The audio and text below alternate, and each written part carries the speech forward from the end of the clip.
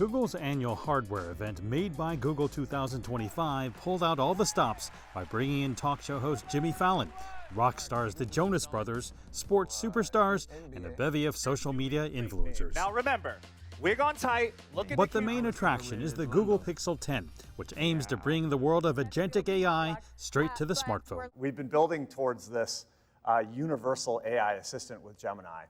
And we think this assistant has to be personal, so it's intelligent enough to kind of understand you and your context. And it's got to be agentic. It's a fancy way of saying it can take action for you under your direction.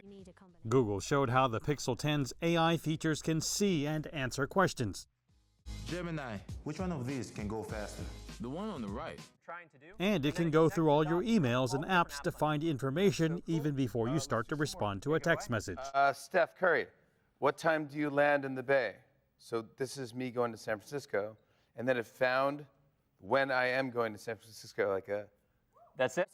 New AI-driven camera features include the ability for users to describe in natural language how they want their photo edited and a 100x zoom. For weeks, Google has taken the unusual tactic of promoting the Pixel 10's unveiling by actually putting out a video on social media mocking rival Apple's inability to innovate with its own Siri AI assistant. If you buy a new phone because of a feature that's coming soon, but it's been coming soon for a full year, they're clearly lagging way behind, which is kind of ironic given the fact that Siri really got the market excited about AI first, even though it wasn't really AI.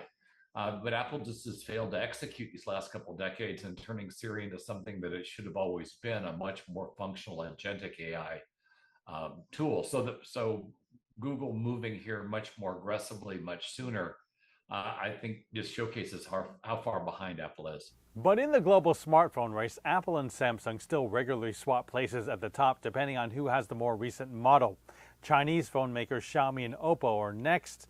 The Google Pixel share is so small, it's usually part of the other category and doesn't even get a name mention. They just undermarket, which is really weird given how much they control overall advertising on the internet. I mean, you figure if anybody would overwhelm the market with marketing and demand generation, it would be Google, but so far they haven't done that. Google just hasn't been all that competitive in volume, even though they've been very competitive in terms of features.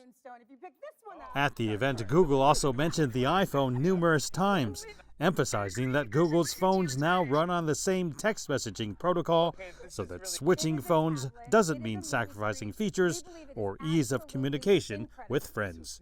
Mark New, CGTN, San Francisco. And we talk about this quite a lot. It's